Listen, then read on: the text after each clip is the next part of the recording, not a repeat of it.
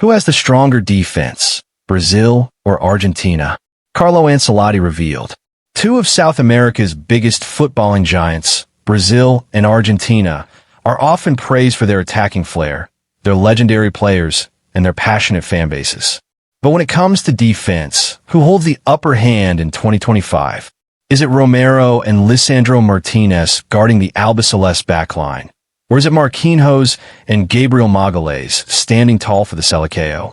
Let's dig deep into one of the most underrated yet crucial battles between these two eternal rivals.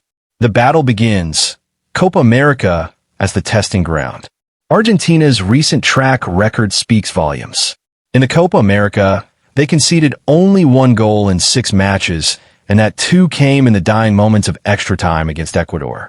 That kind of defensive discipline isn't luck, it's the result of structure, teamwork, and some serious talent at the back.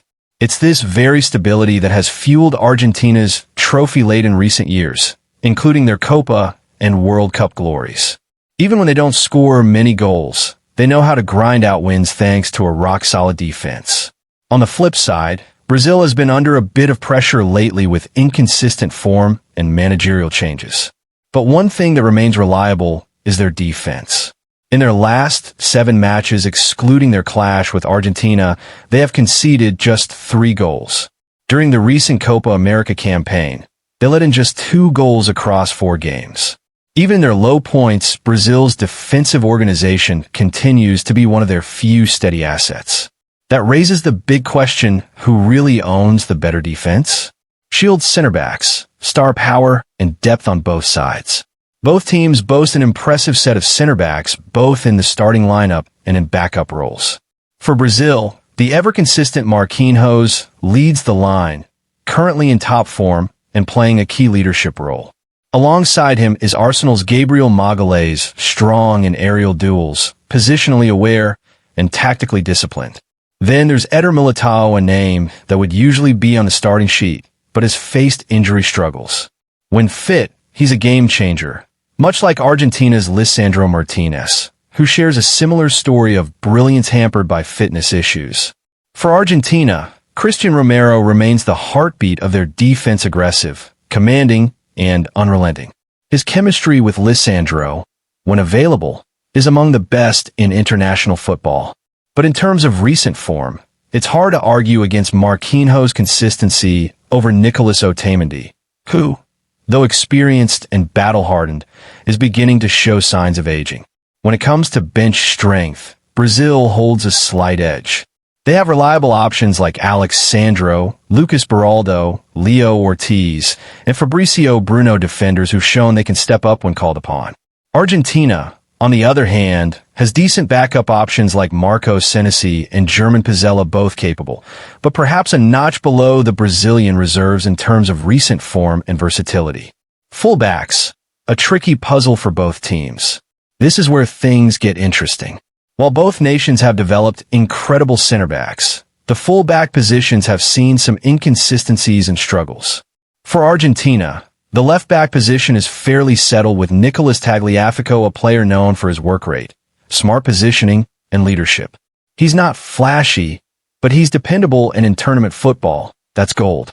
On the right side, Nahuel Molina brings pace and attacking intent, supported by Gonzalo Montiel and Juan Foyth as rotation options. All of them have played in high-stakes matches and brought tangible impact on big stages. Brazil's situation is slightly different.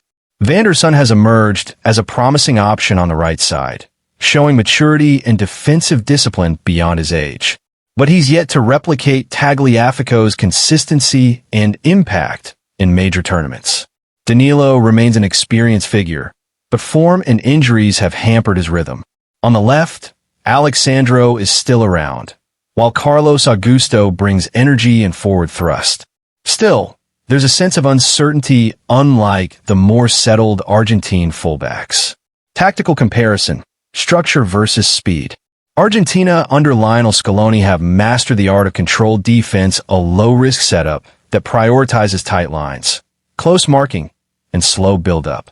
Their defenders are not just stoppers. They are intelligent, tactical players who know when to press, when to retreat, and how to hold a high line without chaos. It's organized chaos, and it works. Brazil, especially under more recent managers, have adopted a slightly more flexible system. Their defenders often need to be more athletic and adapt to open spaces. That's where their strength lies: speed, aerial dominance, and physicality. However, when structure is lacking in midfield or the team loses shape, their defense becomes vulnerable, even with all the talent at the back. Mentality matters. There's another layer to this: the mental game. Argentina's defense operates with supreme confidence. Winning the World Cup gave their players a mental edge, a sense of invincibility. They know how to absorb pressure and hit back when needed. Brazil, despite having strong individual defenders, sometimes lacks that collective defensive belief, especially during crunch moments. Fan verdict: the final word lies with you. So, who's ahead? If you judge by clean sheets and recent silverware, Argentina edges it. Their defensive unit has been key to their golden era, turning tight games into memorable wins. If you look at depth and individual talent, especially in center-back roles, Brazil might just have the upper hand. Fullbacks? Slight edge to Argentina. Center-backs? Slight edge to Brazil.